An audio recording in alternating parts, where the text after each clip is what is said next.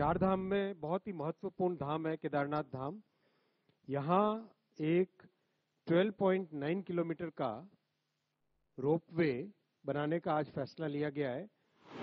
ये पूरे प्रोजेक्ट का इस तरह के और भी कई प्रोजेक्ट्स लिए गए हैं जिनका एक नाम दिया गया है पर्वतमाला परियोजना। रोपवेज के प्रोग्राम्स का नाम दिया गया है पर्वतमाला परियोजना।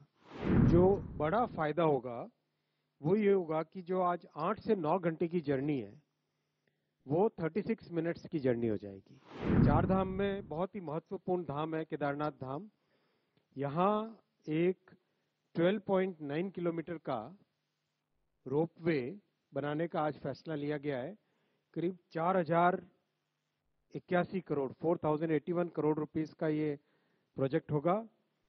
और जो 12 ज्योतिर्लिंग में से एक ज्योतिर्लिंग केदारनाथ जी है, वहां पर जितने श्रद्धालु भक्त जाते हैं उनके लिए चार धाम की इस यात्रा में एक बहुत बड़ा माइलस्टोन ये प्रोजेक्ट बनेगा। पिछले साल करीब करीब 23 लाख श्रद्धालु भक्त केदारनाथ जी पे गए थे, दर्शन के लिए गए थे भक्ति के भाव में। और ये प्रोजेक्ट जब बनेगा, इसका जो टोटल टाइम लगता है आज, वो टाइम सब्सटेंशियली कम हो जाएगा। और आज जो 2 महीने के आसपास श्रद्धालु जा सकते हैं, वो टाइम पीरियड काफी सिग्निफिकेंटली बढ़ जाएगा। अगर आप देखें इसमें पर्वतमाला परियोजना, ये पूरे प्रोजेक्ट का इस तरह के और भी कई प्रोजेक्ट्स लिए गए हैं जिनका एक नाम दिया गया है पर्वतमाला परियोजना। रोपवेज के प्रोग्राम्स का नाम दिया गया है पर्वतमाला परियोजना। ये नेशनल हाईवे अथॉरिटी के अंतर्गत एक नई कंपनी बनी है, उस कंपनी की जिम्मेदारी दी है। और एक प्रोजेक्ट आपकी जानकारी में होगा, वाराणसी में भी एक प्रोजेक्ट इस कंपनी ने टेकअप किया था। ये 12.9 किलोमीटर का प्रोजेक्ट बनेगा उत्तराखंड टूरिज्म डेवलपमेंट बोर्ड और national highway logistics management limited, ये NHAI की सब्सिडरी है, इन दोनों कंपनीज के जॉइंट वेंचर से बनेगा।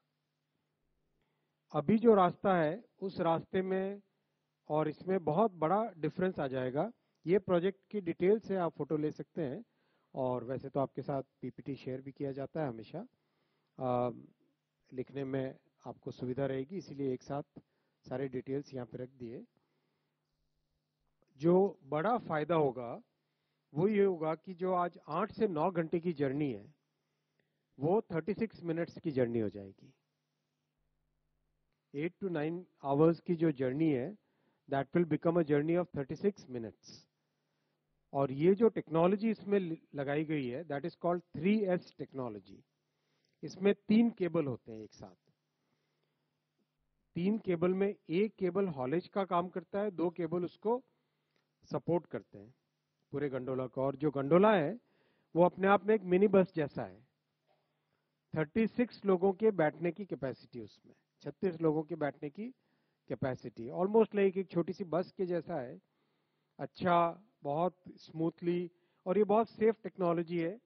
दुनिया के जो जाने माने टेक्नोलॉजी प्रोवाइडर्स हैं, ऑस्ट्रिया के और फ्रांस के, उन लोगों के साथ मिलके इसको पूरे को डिजाइन किया गया है।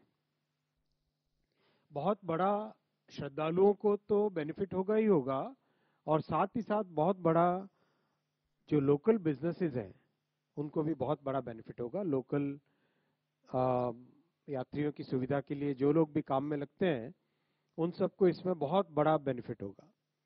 और जो आज 2 महीने की यात्रा है वो आराम से 6 महीने तक ये यात्रा करने का सौभाग्य सबको मिलेगा। ये अपने आप में एक बहुत बड़ी बात है।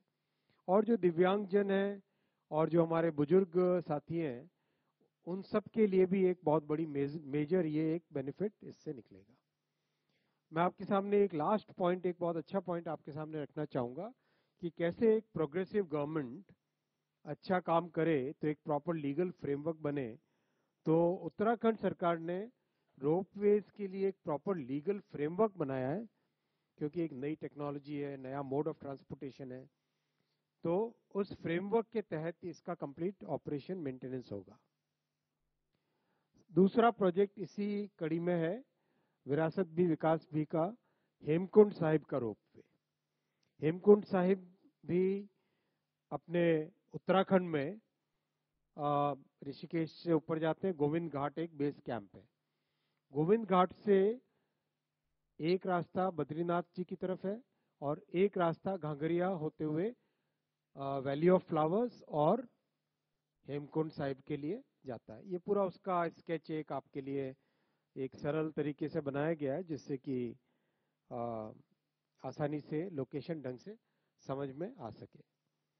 काफी सारा हिस्सा ट्रैकिंग का होता है। जब गोविंद घाट का बेस कैंप है, वहां से घांगरिया जाना और घांगरिया से आगे हेमकुंड साहिब जाना या फिर वैली ऑफ फ्लावर्स जाना, दोनों को ट्रैकिंग से करना पड़ता है। और ये ट्रैकिंग का जो टाइम है और एफर्ट है, वो अपने आप में बहुत एक सिग्निफिकेंट एफर्ट है।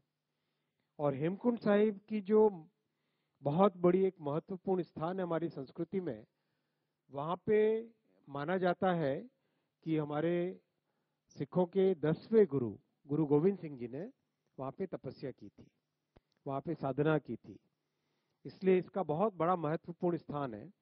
और वैली ऑफ फ्लावर्स तो दुनिया भर में प्रसिद्ध है ही, आप सब जानते हैं वैली ऑफ फ्लावर्स कितनी प्रसिद्ध है दुनिया में। तो ये दोनों जगह को इस प्रोजेक्ट से बहुत एक सिग्निफिकेंट हमारे देश भर से श्रद्धालु भक्तों को, टूरिस्ट को, सबको जाने का बड़ा मौका मिलेगा। एक और प्रसिद्ध बात है कि हेमकुंड साहिब में भगवान राम के भाई लक्ष्मण जी ने भी साधना हेमकुंड साहिब में की थी, ऐसा भी सब जगह माना जाता है। अब जिस तरीके से अभी हेमकुंड साहिब में, जैसे पिछले साल करीब करीब 1,77,000 लोग गए, और जितना लोगों को जाने में इंटरेस्ट है, उससे लगता है कि ये प्रोजेक्ट के होने के बाद में 10 गुना बढ़ जाएगा, ऐसा स्पष्ट दिखाई देता है। ये प्रोजेक्ट के सारे डिटेल्स हैं जो कि आपको पीपीटी के साथ दे दिए जाएंगे। पीपीटी सबके साथ शेयर करते हैं ना हम। मेजर जो होगा वो आप देखो, जो आज वो थोड़ा गलत लिख दिया, 4 to 5 डेज है, सॉरी माय बैड, मेरी मिस्टेक है। 4 to 5 डेज की जगह 10 घंटे में नहीं,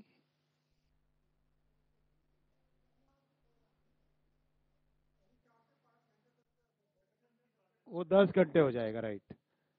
आपको ज्यादा इजीली समझ में आया, ठीक है, गुड।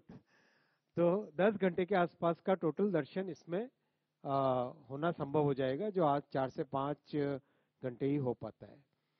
अफोर्डेबल रहेगा, बहुत एक सिग्निफिकेंट रिडक्शन इन टाइम रहेगा। और जैसा केदारनाथ जी में लगता है कि बहुत लोगों को जाने में सुविधा होगी, यहाँ पर हेमकुंड साहिब में भी जाने को लोगों को बहुत सुविधा होगी। ये आपके लिए एक समरी बनाई है। अब तक प्रधानमंत्री श्री नरेंद्र मोदी जी की तीसरी टर्म में ट्रांसपोर्टेशन सेक्टर से रिलेटेड जो प्रोजेक्ट्स लिए गए, उन सब प्रोजेक्ट्स की एक समरी, करीब करीब 4 लाख करोड़ की टोटल इन्वेस्टमेंट्स अप्रूव हुई है जून के रिजल्ट के बाद में की कैबिनेट्स में। ये सारे तो अपना एक सिग्निफिकेंट देश भर में बेनिफिट होता है इससे।